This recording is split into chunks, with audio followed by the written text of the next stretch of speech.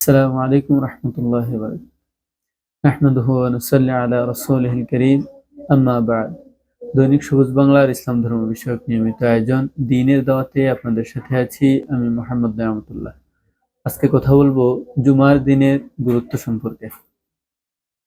জুমার দিন এমন একটা দিন, মুমিনের জীবনে ইবাদতে কিছু সময় এবং কিছু মৌসুম রয়েছে, যে সময় এবং মৌসুমে ইবাদত করলে কিছু সওয়াব বেশি অর্জন করা যায় এবং এর কিছু তাৎপর্য গুরুত্ব রয়েছে। এর মধ্যে অন্যতম বা একটা বিশেষ সময় হলো জুমার দিন। এই দিন সম্পর্কে কোরআন এবং হাদিসে গুরুত্বারোপ করা হয়েছে। আল্লাহ রাব্বুল আলামিন জুমার দিনের গুরুত্ব সম্পর্কে কোরআনে বলেন, ইয়া আইয়ুহাল্লাযীনা আমানু ইযা নুদিয়া লিস-সালাতি মিন ইয়াউমিল জুমআহ ফাসআউ ইলা যিকরিল্লাহি ওয়া যারুল বাই' যালিকুম খায়রুল লাকুম ইন কুনতুম তা'লামুন। সুবহানাল্লাহ। কোরআনে আল্লাহ রাব্বুল আলামিন বলেন যে, হে মুমিনরা, যখন জুমার দিনে নামাজের জন্য ডাকা হয় তখন তোমরা আল্লাহর স্মরণের দিকে ধাবিত হও এবং ব্যবসা বন্ধ করো। এটা তোমাদের জন্য সর্বোত্তম যদি তোমরা তা জানতে। কোরআনে এই জুমার দিনটাকে গুরুত্ব দিয়ে এই আয়াত নাজিল করা হয়েছে এবং কোরআনে জুমা সম্পর্কে একটি সূরা নাজিল হয়েছে, সূরাতুল জুমা। এ সম্পর্কে হাদিসেও গুরুত্ব আরোপ করা হয়েছে যে জুমার দিনকে রাসূল সাল্লাল্লাহু আলাইহি ওয়াসাল্লাম সূর্য উদিত হয় এমন দিনগুলোর মধ্যে থেকে সর্বোত্তম দিন জুমার দিনকে বলা হয়েছে। রাসূল সাল্লাল্লাহু আলাইহি ওয়াসাল্লাম বলেছেন যে সূর্য উদিত হয় এমন দিনগুলোর মধ্যে থেকে সর্বোত্তম দিন হলো জুমার দিন। এই দিনের একটা বিশেষত্ব এবং শ্রেষ্ঠত্ব রয়েছে। এই দিনে ইসলামে বিশেষ এবং ইতিহাসে অনেক কিছু ঘটনা এমন ঘটে গেছে যা স্মরণীয়। এদিনে হযরত আদম আলাইহিস সালামকে সৃষ্টি করা হয়েছে এবং এই দিনে আদম আলাইহিস সালামকে জান্নাতে প্রবেশ করানো হয়েছে এবং এই দিনেই আদম আলাইহিস সালামকে জান্নাত থেকে বের করা হয়েছে এবং এই দিনেই কিয়ামত সংঘটিত হবে। আর এই ব্যাপারে বলা হয়েছে যে এই শুক্রবার যখন আসে তখন পৃথিবীর সৃষ্টি জীবের মধ্যে মানুষ এবং জিন ব্যতীত অন্যান্য সকল সৃষ্টি জীব তারা আতঙ্কিত হাহাকার করতে থাকে, কিয়ামত সংগঠিত না হয়ে যায় এই ভয়ে, শঙ্কায় থাকে। তবে এই দিনের যে একটা বিশেষত্ব রয়েছে এবং আমলের কিছু বিশেষত্ব রয়েছে সে ব্যাপারেও হাদিসে বর্ণিত রয়েছে। এই শুক্রবারের দিনে এমন একটা সময় রয়েছে যে সময়ে দোয়া করলে আল্লাহ রাব্বুল আলামিন কল্যাণকর দোয়াগুলোকে কবুল করে নেন। এমন একটা বিশেষ সময় রয়েছে যে সময় কল্যাণকর দোয়া করলে আল্লাহ রাব্বুল আলামিন সে দোয়া কবুল করেন।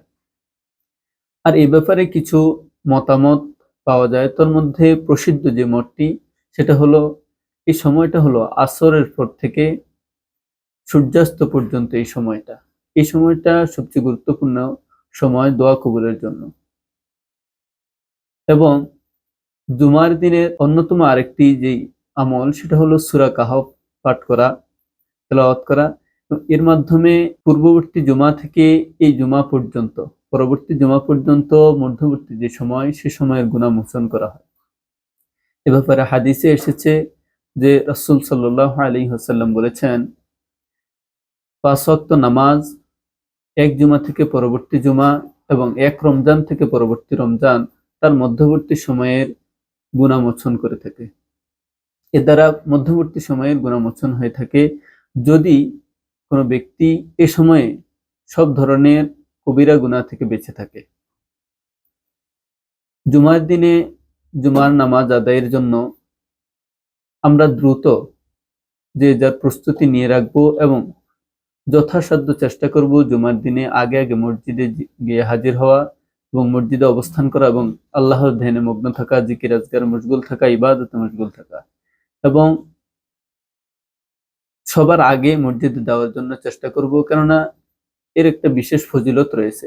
রাসূল সাল্লাল্লাহু আলাইহি ওয়াসাল্লাম বলেছেন, যে ব্যক্তি জুমার দিনে গোসল করে, উত্তমভাবে গোসল করে মসজিদের দিকে আগে আগে রওনা হলো এবং সবার আগে মসজিদে পৌঁছালো, সে যেন একটি উট কোরবানি করলো।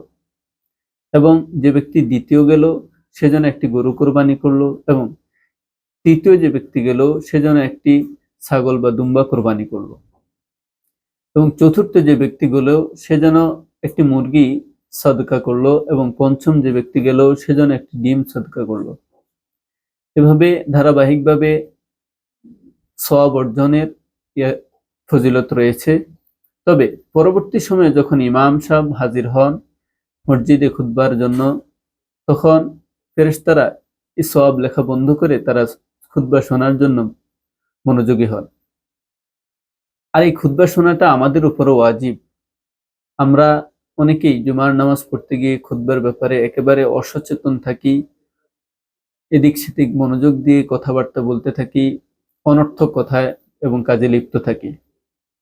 রাসূল সাল্লাল্লাহু আলাইহি ওয়াসাল্লাম বলেছেন, কোনো ব্যক্তি যদি এই জুমার দিন খুতবা চলাকালীন সময়ে অন্য ব্যক্তিকেও যদি এমনটা বলে যে এই তুমি চুপ থাকো, এই কথাটাও যেন সে একটা অনর্থক কথা বলল। এবং কেউ খুতবা চলাকালীন সময়ে এরকম অনর্থক কথা বা এরকম কথা নীরব না থেকে কথা বললে সে জুমার দিনের যে ফজিলত, জুমার দিনের যে ফজিলত, সে ফজিলতটা আর সে পাবে না। আবার আমাদের মধ্যে দেখা যায় যে অনেকে জুমার দিন সম্পর্কে একেবারে অসচেতন থাকি, যেন অনেকে জুমার নামাজ পড়তে পারে না, সঠিক সময়ে তো উপস্থিত হয় না, এবং কি জুমার নামাজটা পড়ার ব্যাপারেও আগ্রহ থাকে না। হাদিসে এসেছে রাসূল সাল্লাল্লাহু আলাইহি ওয়াসাল্লাম বলেছেন, যদি কোনো ব্যক্তি পরপর 3টি জুমা না আদায় করলো, ইচ্ছাকৃতভাবে না আদায় করলো, তাহলে ওই ব্যক্তির অন্তরে আল্লাহ রাব্বুল আলামিন মোহর এঁটে দেন। এটা আমাদের জন্য একটা সতর্ক বাণী যে আল্লাহ রাব্বুল আলামিন কারো অন্তরে যদি মোহর এঁটে দেন, তাহলে তার জন্য কি ক্ষতিটাই না আশঙ্কা করা যায়। আল্লাহ রাব্বুল আলামিন আমাদেরকে এই ধরনের সতর্কতা থেকে এবং এই ধরনের ভয় থেকে বেঁচে থাকার তৌফিক দান করুক। আল্লাহ রাব্বুল আলামিন আমাদেরকে জুমার দিনের সকল ফজিলত এবং সকল সওয়াব অর্জনের তৌফিক দান করুক এবং সকল বিষয় জেনে বুঝে সঠিকভাবে আমল করার তৌফিক দান করুক। ওয়া মা আলাইনা ইল্লাল বালাগ। আসসালামু আলাইকুম ওয়া রাহমাতুল্লাহি ওয়া বারাকাতুহু।